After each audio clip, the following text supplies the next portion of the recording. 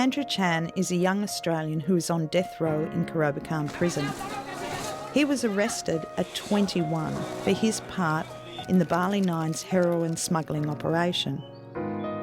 Andrew awaits his execution by firing squad.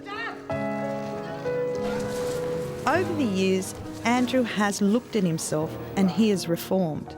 He has written a letter about the dangers of drugs for young Australians in the hope that they will learn from his mistakes. This is his story.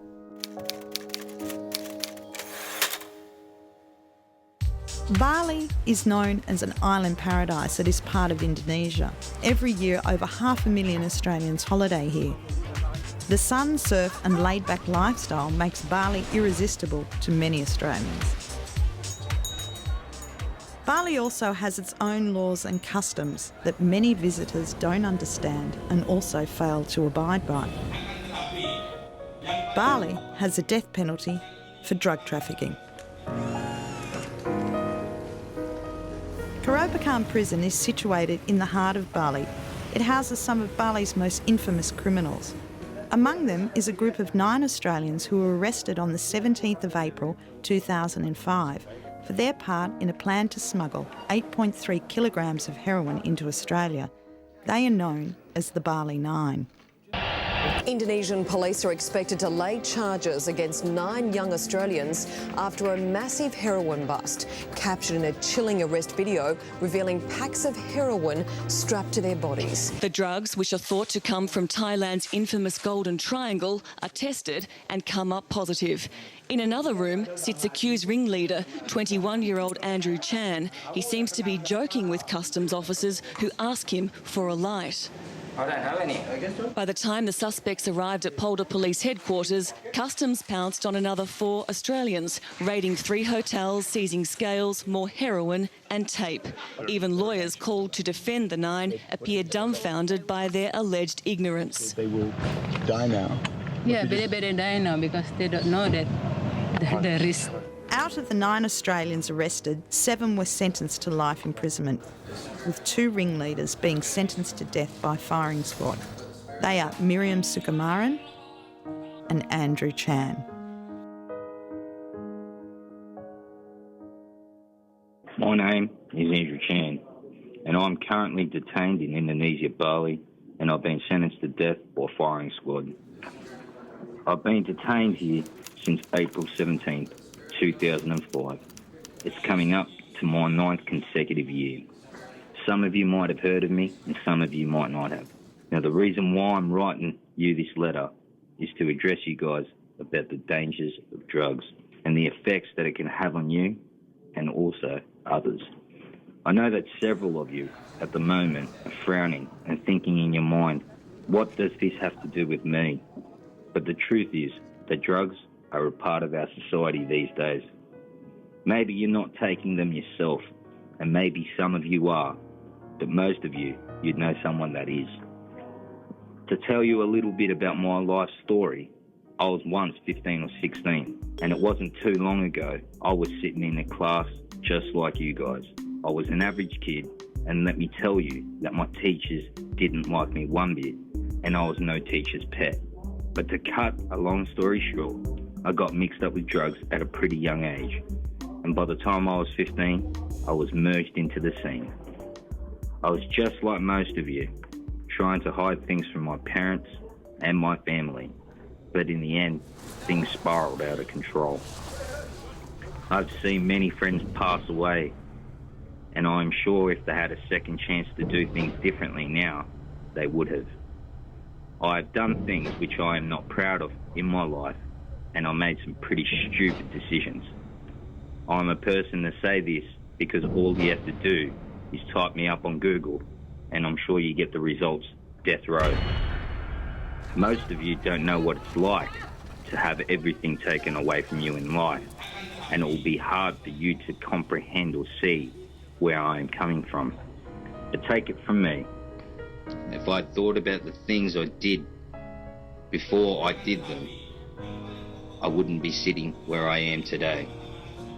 Every criminal would tell you they didn't think they would be caught for their crimes. But as the saying goes, your past comes and catches up with you. Indonesian police allege Andrew Chan organised the smuggling operation and recruited the couriers, but a different picture emerges from those who have known the alleged drug trafficker all his life. Nothing's really shattered me like this because, firstly, I just feel it's a waste. He had so much potential. I hope still has. We've played in basketball and soccer teams. He's a caring bloke, he'd do anything for anyone. He's the sort of guy that is pretty loyal. They supported the Chan family, prayed with them, and say the parents had no idea their son was in Bali. Well, you can take whatever you like from that. That's the only thing that makes me feel a little bit, but the rest of it, as far as his character. Andrew Chan's family now faces the prospect of losing their home to pay his legal fees, with Indonesian lawyers demanding $250,000 to defend him. We asked him the question, what was the trigger that turned him bad, basically, and he said racism. When he was 9 to 12, he was bullied and he was picked on because he was Asian. And all he wanted to do was be accepted, and he figured the tougher he got and the badder he got, the more accepted he would be. He said to me he was with the wrong group of people who were all doing that sort of thing. And out of 20 of his friends, 9 are dead and the rest are in jail, which I found very, very, very sad. But there's no secret that Andrew has found a lot of peace, and he's found a lot of peace in God. He said if you strip everything away from somebody, everything, and he said they have to reflect on themselves and they have to look at themselves and see what it is that can make them a better person, which was, he was right.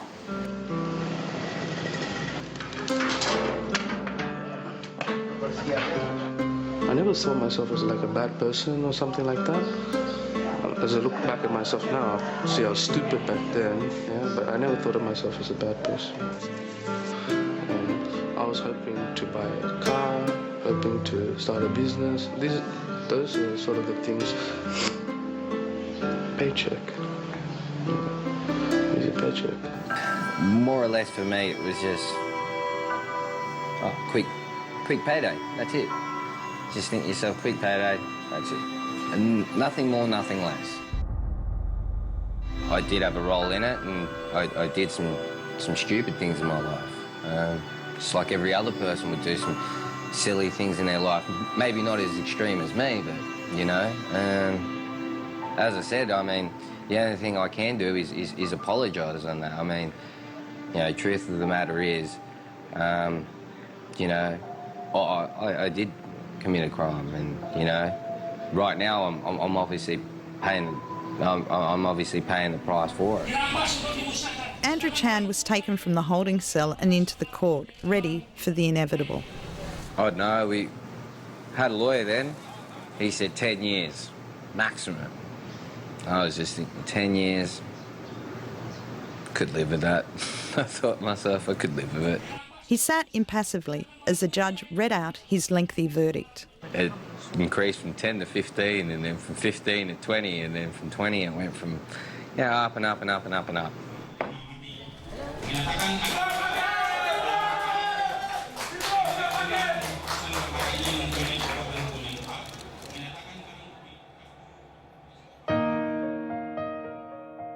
I don't know what choices you guys are making. However, if anything, I would want you guys to remember, is it worth it? Would you trade $1 million for your life? And would you trade it for your family? Some of you will be a smart ass to say they would. But for the last 9 years, being incarcerated for me, I wouldn't trade it for the world. You are still young, and you have some serious decisions in making in your life. What you choose today will make what you become tomorrow. If you want to be a thug and a big bad wolf, I'll see you soon inside. But for those who want to do something in life, I'd like you guys to see how important it is to put your head down and study hard. At the end of the day, I'm only 29 years old, and the truth is, I might not be able to see my 30th birthday. How many of you want to follow in my footsteps? And I hope these words will penetrate through your minds and in your hearts, and that most of you, if not all of you, will achieve more than I ever did. So you met Andrew in jail? In jail, yeah. And what were you in for? For robbery. Okay, Yeah. Why were you a robber? I got addicted with drugs for 20 years. So I need to get money to get drugs, yeah. Now, most of the people here, they've been here in prison for like 3 years, 2 years, 1 year, and they have no other experience by selling drugs. Yeah, that's all they're trying So when to they're do. outside, they do the same thing. I was going to say, it's really the root of all evil, isn't it? For a drug addict, you know, it's not like you grow up and go, I'm going to be a drug addict, you know, it's just, it's to mask a problem, and this is why drug addicts turn to crime.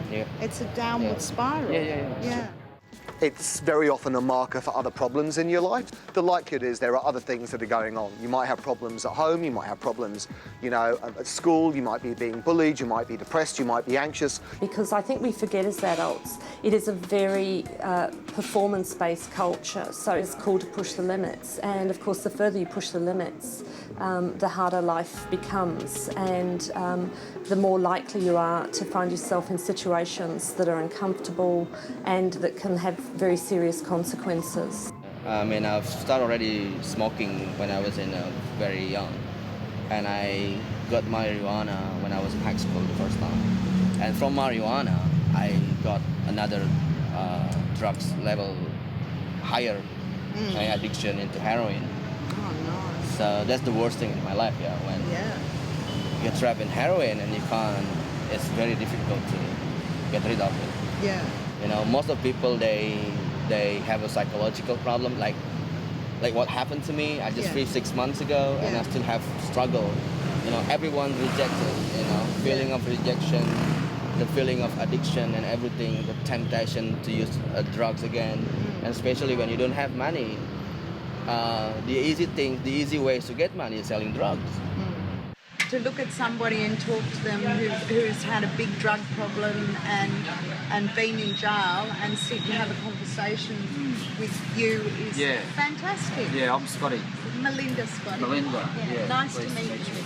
Yeah. I'm a bit teary because I lost my sister to drugs. I'm sorry. So it's pretty important when I see people that can change their lives, you know. Who would think I'd burst out into tears? It was tough. Yeah, it can happen. It was really tough. Yeah. And I think for people around people that have problems with drugs, it's really hard for us because we blame ourselves. Yeah.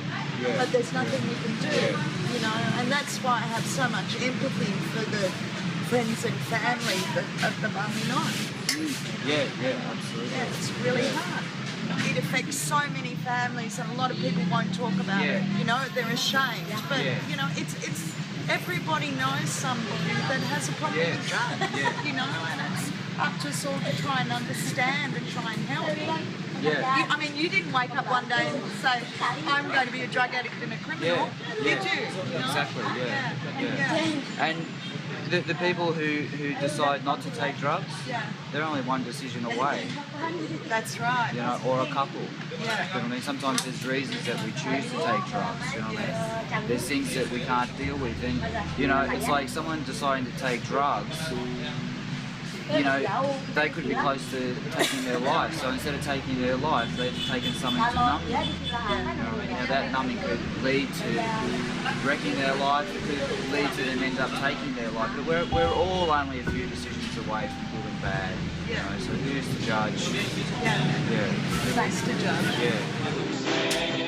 You know, I'm studying, and you know, a lot of people might see that and say, oh, you know, there's probably no use towards it. And I believe if you want to try and build yourself up to something, you know, you got to start somewhere. You got to start today, and you know, maybe tomorrow won't exist. Andrew Chan, along with fellow Bali 9 death row inmate Miriam Sukumaran, have reformed themselves throughout the 9 years they have served in Kerobokan prison.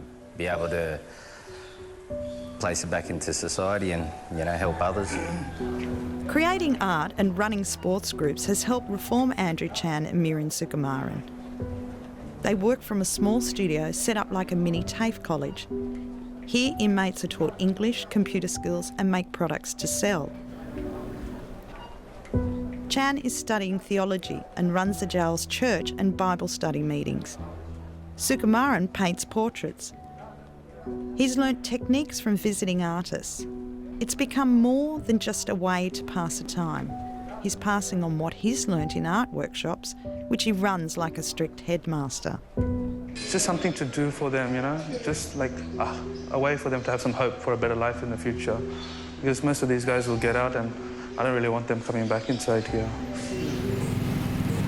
Sukumaran and Chan are all too aware they may never get out. They were sentenced to death for their roles in the Bali Nine's failed heroin trafficking ring in 2005. They have exhausted the legal process and their last hope of survival is in the hands of the Indonesian president. They don't know when, but they do know how. Both men have done extensive research on the execution procedure. You basically get taken out of your cell, and once you're taken out of your cell, they take you to a pretty remote area. And from there, they just line you up and, kind of just shoot at your heart, they say. And they say that if that doesn't complete the job, they generally, the guy that's supposed to be in charge comes up with a handgun and just comes up at point blank. Now, to elaborate the effects of where I am, I've missed weddings, I've missed funerals, and the simple presence of my own family. The hurt and pain, I don't just put it onto myself, but the pain I put on my family is agonising. A simple touch, such as a hug, is not possible for a condemned man like me. I have nothing but an iron bar to hug, rather than to be embraced by those I love and who I miss. Most likely, I won't have the chance to see such things, such as the birth of my first child, and let alone have a child. My life is a perfect example of an absolute waste. That does not have to be for you. I guess you now have that chance. You have the option to seek out the help if needed. There are many great places, and you might feel as though your school counsellor is a muppet or an idiot. However, these certain people have their best interest in you. There are churches or even youth centres that can assist you in certain areas. For some of you, you'll find it hard to trust in people, but by telling no one, you're digging your own grave. What that really means is you get taken out of your cell during the night, get taken out to a remote spot, tied to a post, firing squad, shot. Well, I can certainly say that it would be a mistake to shoot them. They were bloody idiots and they deserve to be in jail for a long time. Be shooting two young men who are genuinely sorry, who are teaching lots of other prisoners how to get a job when those other prisoners leave jail.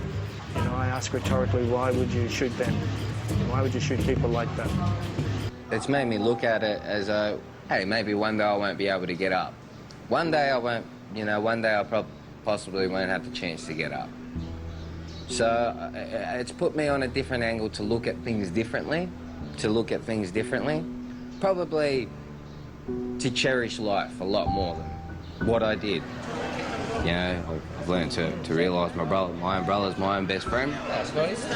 He'd always stick his nose in there, even though I turn around sometimes and go, it's none of your business. You know, I know that he only wanted to look out for me. I used to think he was a prick, but... But it's true, I mean, I did. I used to think he was... I envied him, but he knows that, because I told him. Andrew Chan's mother, Helen, doesn't speak much English, but her pain is obvious. For her, it's been, I guess, sleepless nights for the last couple of years. Lawyers liken the family's predicament to living in a perpetual grey zone. They can't grieve for their lost sons while they are still alive Yet every time they kiss them goodbye, they know it might be the last time. I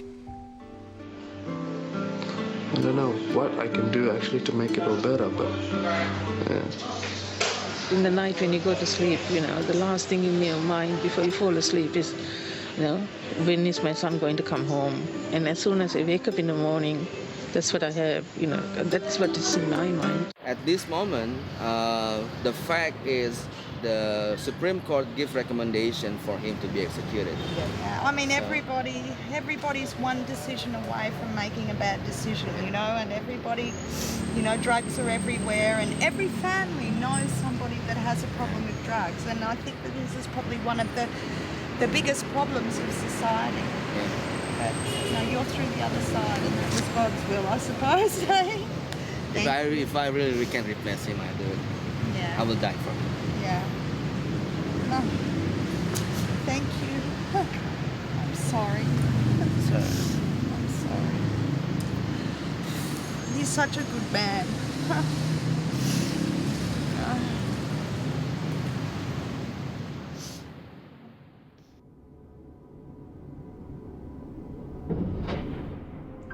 What if, at any moment, someone you loved was pulled from their bed in the middle of the night? Taken out to the middle of nowhere. Tied to a post. And shot. Dear me, when you're older, you'll be in a Bali prison and you will be executed. This happened to you because you thought taking drugs was cool. Your drug taking made you think it was okay to import drugs and make money from this. Your family and your friends are heartbroken, and your life will be ended by a firing squad. Underneath, you're not a bad person, and drugs made you different. My name is Andrew Chan.